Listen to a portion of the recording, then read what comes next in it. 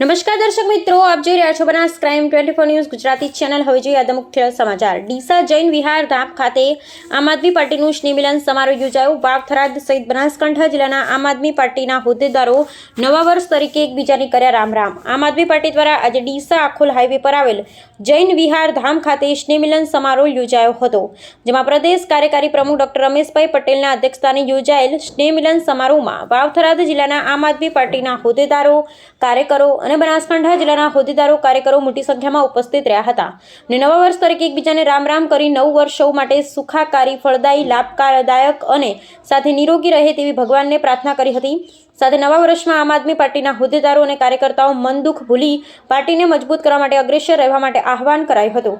જ્યારે હાલમાં ગુજરાતમાં કમોસમી વરસાદે પગલે ખેડૂતોની હાલત દયનીય બની છે, ત્યારે ખેડૂતોના સમર્થનમાં સરકારમાં રજૂઆત કરી તાત્કાલિક અસરથી ખેડૂતોને હેક્ટર દીઠ 50,000 ચૂકવવામાં આવે તેવી સરકાર સમક્ષ માંગ કરી હતી। જ્યારે એપીએમસી માર્કેટોમાં ચાલતી કડદા પ્રથાને લઈને પણ ડોક્ટર રમેશભાઈ પટેલે સરકારની ઝાટકણી કાઢી હતી અને ખેડૂત માટે લડતા રાજુભાઈ કરપડા સહિત પ્રવીણ રામ સાથે 70 જેટલા ખેડૂતોને સરકાર દ્વારા જેલમાં પૂરી દીધા છે, જેને લઈને પણ સરકાર પર આકરા પ્રહારો કર્યા હતા અને એપીએમસી માર્કેટોમાં ચાલતી કડદા પ્રથાને તાત્કાલિક અસરથી બંધ કરવા માટે જણાવ્યું હતું। અન્યથા આમ આદમી પાર્ટી દ્વારા ખેડૂતોને સાથે રાખી ઉગ્ર આંદોલન કરવાની પણ ચીમકી ઉચ્ચારી હતી। જ્યારે કડદા પ્રથા બંધ કરાવવા અને ખેડૂતોને ન્યાય અપાવવા માટે આમ આદમી પાર્ટી દ્વારા કિસાન મહાપંચાયતની શરૂઆત કરવામાં આવી છે, જેના ભાગરૂપે સુરેન્દ્રનગર જિલ્લામાં કિસાન મહાપંચાયતમાં મોટી સંખ્યામાં ખેડૂતો ઉમટી પડ્યા હતા અને હવે બનાસકાંઠા જિલ્લાના ડીસા શહેરમાં પણ આમ આદમી પાર્ટી દ્વારા મહાપંચાયતનું આયોજન 16/10/2025ના રોજ ડીસા ખાતે કરવામાં આવ્યું છે, જેમાં આમ આદમી પાર્ટીના પ્રદેશ નેતાઓ સહિત વિસાવદર ધારાસભ્ય ગોપાલ ઇટાલિયા ખાસ ઉપસ્થિત રહેવાના છે। કિસાન મહાપંચાયતમાં વાવ, થરાદ સહિત બનાસકાંઠા જિલ્લામાંથી મોટી સંખ્યામાં ખેડૂતો ઉપસ્થિત રહેશે તેવી જાહેરાત ડોક્ટર રમેશભાઈ પટેલ દ્વારા કરવામાં આવી હતી। આજે યોજાયેલા સ્નેહ મિલન સમારોહમાં ડીસા ઢુવા રોડ પર બનેલ ફટાકડા કાંડ અને પત્રકારો પર થયેલ કેસને લઈને પણ ડોક્ટર રમેશભાઈ પટેલ દ્વારા વહીવટીતંત્ર સામે ગંભીર આક્ષેપો લગાવ્યા હતા। જ્યારે ફટાકડાના ફેક્ટરીમાં બ્લાસ્ટ કેસમાં સડોવાયેલા લોકો સામે કોઈ જ કાર્યવાહી કરવામાં આવી નથી। જ્યારે હાર્ટ એટેકથી મૃત્યુ પામેલા વેપારીના કેસમાં પત્રકારોને જેલમાં પૂરી દેવામાં આવ્યા છે।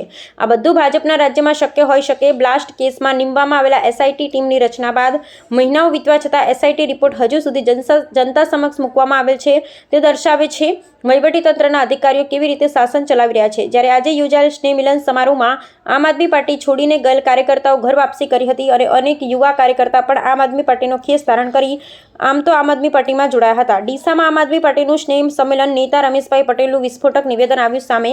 ડીસામાં યોજાયેલ આમ આદમી પાર્ટીના સ્નેહ સંમેલનમાં પાર્ટીના નેતા રમેશ પટેલે ફટાકડાના મુદ્દે તંત્ર પર ગંભીર આક્ષેપો કર્યા હતા। સ્નેહ મિલન સમારોહમાં ડોક્ટર રમેશ પટેલે ડીસાના ફટાકડા કાંડને લઈ સરકાર પર આકરા પ્રહારો। ડીસામાં ફટાકડા કાંડમાં 23 નિર્દોષ લોકોના મોત થયા છતાં તંત્ર દ્વારા યોગ્ય તપાસ કરાઈ નથી। એસઆઈટી રિપોર્ટ પણ જનતા સમક્ષ મૂકવામાં આવ્યો નથી। ફટાકડા કાંડમાં સંકળાયેલા મોતના સોદાગર હજુ પણ જેલની બહાર મુક્તપણે ફરી રહ્યા છે। ડોક્ટર રમેશભાઈ પટેલ તાજેતરમાં ફટાકડા વેપારીનું હાર્ટ એટેકથી થયેલા મૃત્યુને રાજકારણ વચ્ચે લાવી પત્રકારને જેલ પાછળ ધકેલવામાં આવ્યા છે। ડોક્ટર રમેશ પટેલના નિવેદનથી રાજકીય ગરમાવો વધ્યો છે અને તંત્રની કાર્યવાહી પર અનેક પ્રશ્નો ઊભા થયા છે। અહેવાલ હરીશ ઠક્કર, ડીસા, બનાસકાંઠા। આજે આમ આદમી પાર્ટી અને વાવ થરાદ જિલ્લાના સ્નેહ મિલન કાર્યક્રમનું આયોજન કરવામાં આવ્યું। સ્નેહ મિલન કાર્યક્રમ મેઇન તો જે મુદ્દાઓ છે કે ભાઈ આવનારા સમયમાં જે ગુજરાતમાં 30 વર્ષથી ભારતીય જનતા પાર્ટીના શાસનથી પીડાયેલી પ્રજાને મુક્ત કરવા માટે આવનારા સમયમાં સંગઠનની વિસ્તૃત ચર્ચા કરવામાં આવી। સાથે જે અત્યારે ગુજરાતમાં ચાલી રહેલું કડદા પ્રથા, જેના લીધે ગુજરાતના ખેડૂતો પરેશાન છે, તો એ કડદા પ્રથામાં અમે આમ આદમી પાર્ટી દ્વારા સુરેન્દ્રનગરમાં એક મહાપંચાયત કરવામાં આવી। હવે એના ભાગરૂપે ઉત્તર ગુજરાતમાંથી જે મહાપંચાયત કરવાની છે એનું જે સ્થળ છે એ બનાસકાંઠામાં ડીસા મુકામે 16 તારીખે કરવાની છે। આ મહાપંચાયતમાં જે કડદા પ્રથા ભાજપની ચાલી રહી છે અને જે ખેડૂતો હેરાન પરેશાન છે એમાંથી મુક્ત કરાવવા માટે અમારા આમ આદમી પાર્ટીનું જે શીર્ષ નેતૃત્વ છે, સ્ટેટનું સંગઠન છે, એ 16 તારીખે મહાપંચાયતનું આયોજન કરીશું અને સાથે આવનારી સ્થાનિક સ્વરાજ અને નગરપાલિકાની ચૂંટણીની તૈયારીઓ કઈ રીતે કરવી એ બધું આજે ચર્ચા કરી અને એના આયોજન ને પ્લાનિંગ કરવામાં આવ્યું। મતલબ એવી ગુજરાતની હાલત. હમણાં એક ગુજરાત અહીંયા ડીસાનો જ કિસ્સો, ભાઈ પત્રકાર સાથીઓ અહીંયા બેઠા છે. હમણાં એક ફટાકડા કાંડ થયો હતો, એમાં 22 જણા મધ્યપ્રદેશના લગભગ મૃત્યુ પામ્યા.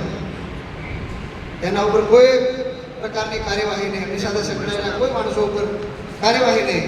અને અત્યારે ઇલીગલ ફટાકડા ચલાવતા ડીસાના વેપારીઓ મજા લેશે અને પત્રકારો અત્યારે જેલમાં છે ભારતીય જનતા પાર્ટીના શાસનના કારણે. આપણે વિરોધ કરીએ છીએ, ખંડણી હોય, બીજું હોય, ત્રીજું હોય, ભ્રષ્ટાચાર હોય, પણ તમે રાજકીય બદઇરાદાપૂર્વક કોઈ માણસને હેરાન કરો એ જરાય યોગ્ય નથી. એવું કોઈએ ના કરવું જોઈએ. આજે ગુજરાતની એવી હાલત થઈ છે, શિક્ષણનું આપણે જોઈએ છેલ્લા 30 વર્ષ